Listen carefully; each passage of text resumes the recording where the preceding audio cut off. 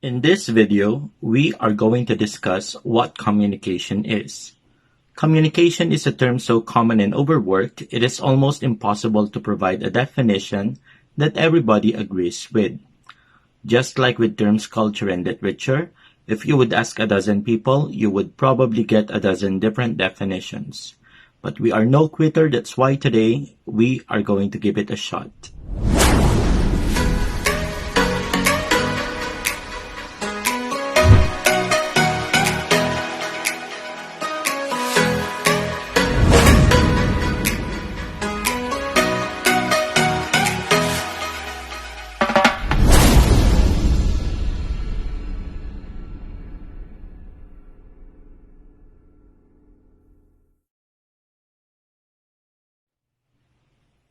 The word communication comes from the Latin verb communicare, which means to share or to make something common, and I highly associate this etymological sense of the word to our basic working definition of communication.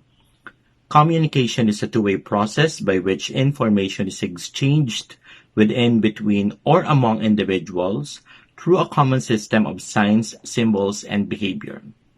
As mentioned earlier, communication is a process, and not just any process, but a two-way one. Let's discuss this part of the definition using Shannon and Weaver's model of communication. In 1948, Claude Shannon and Warren Weaver developed a foundational model of communication that you will see in most textbooks. From their view, communication happens when an information source has a message and transmits it in the form of a signal through a channel. Then that signal is received and finally reaches its destination. Along the way, there might be some noise in the communication system that could negatively affect the process. I would like to point out that the concept of feedback is not part of Shannon and Weaver's model of communication. This is as opposed to what is being depicted in later versions of the model. It is not part of the original illustration and was not included as a concept in the article that appeared in the Bell System Technical Journal. Shannon and Weaver model of communication is a linear model that describes how a message is transmitted rather than exchanged. Speaking of which, our next focus is exchange of information. Now, the phenomenon of information being shared can be best explored through Wilbur Schramm's model of communication. As far as illustrations go, there are multiple versions of Schramm's model. So rather than focusing on how it looks, let us talk about its components and how they interact and show us how information are exchanged. The participants in Schramm's model are called encoder-sender and receiver-decoder.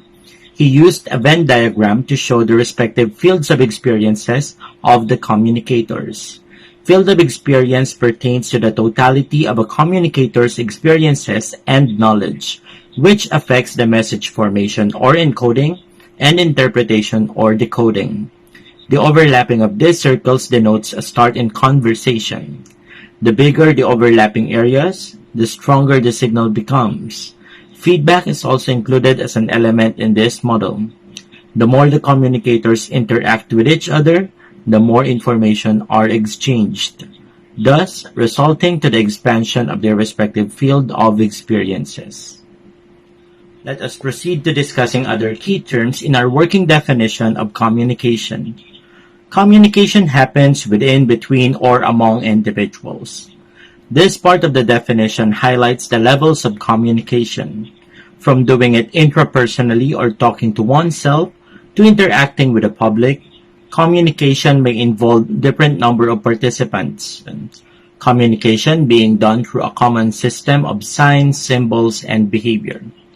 A common system enables successful transmission of ideas within, between, or among communicators, and these ideas may come in different forms. A sign is an indicator or marker for something very specific, very concrete, and in general, unambiguous in meaning.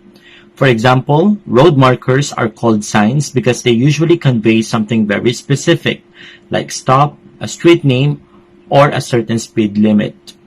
On the other hand, a symbol can have complex meanings and nuances that differ from one person to another depending on their experience, culture, upbringing, etc.